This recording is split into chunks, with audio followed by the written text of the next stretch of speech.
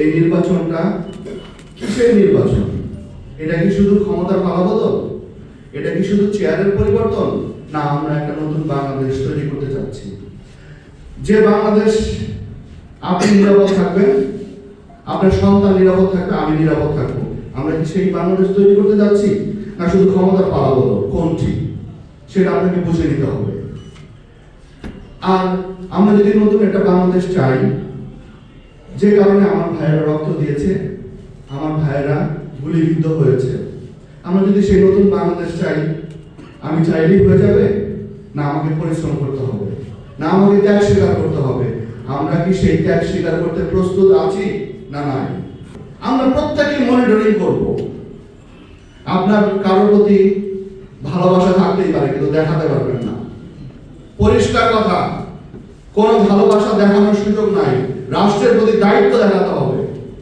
এই নিরপেক্ষতার জন্য এতগুলো সন্তান রক্ত দিয়েছে, একটা সিস্টেম দাঁড় করানোর জন্য এতগুলো সন্তান রক্ত দিয়েছে, এতগুলো ভাই বুলেটবিদ্ধ হয়েছে। এটা তৈরি করতে হবে, এটা আমাদের কমিটমেন্ট, এটা আমাদের প্রত্যয়।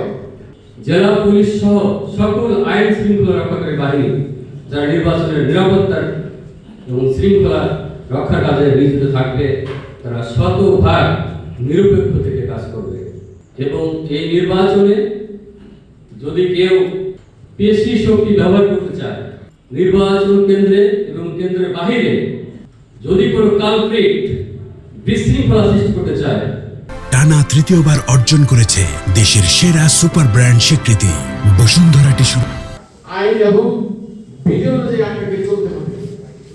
যে কোনো ভাবে, যে কোনো মূল্যে একটি সুন্দর নির্বাচন, সুষ্ঠু নির্বাচন, গ্রহণযোগ্য নির্বাচন আমাদেরকে করতে হবে। কোনো ওয়ে নেই, কোনো সুযোগ নেই। সুতরাং নিজেকে একটু ক্লিয়ার করতে হবে, নিজেকে একটু ছেড়ে ওঠাতে হবে। প্লিজ, পরিস্থিতি, সময়, সুযোগ একটু ভিন্ন। আপনারা পূর্বের অভিজ্ঞতা বাদ দিয়ে দিতে হবে, মাথা থেকে ছেড়ে ফেলতে হবে।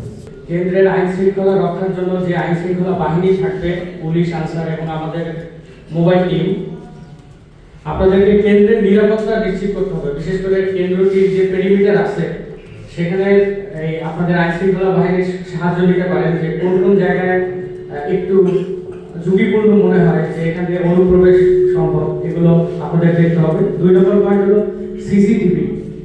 কেন্দ্রে যাওয়ার প্রথমেই আপনারা চেক করবেন যে সিসিটিভি ঠিক মতো কাজ করছে কিনা, এবং যে এন্ট্রেন্স এবং যে পুলিশ বুথগুলো আছে সেগুলো সেই সিসিটিভির আওতায় আছে কিনা।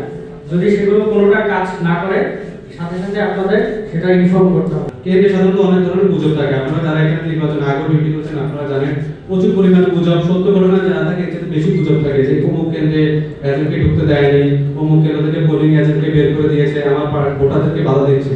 এক্ষেত্রে কেন্দ্রের ভিতরে কিন্তু সর্বময় ক্ষমতা অধিকারী আপনারা। এছাড়া কনসার্ন ছাড়া কিন্তু স্ট্রাইকিং ফোর্স মোবাইল ফোর্স কিন্তু আসবে না কেন্দ্রে, আপনারা বললে কিন্তু ওনারা আসবে। তো আপনাদের অনেক বড় দায়িত্ব কিন্তু এই বিষয়ে।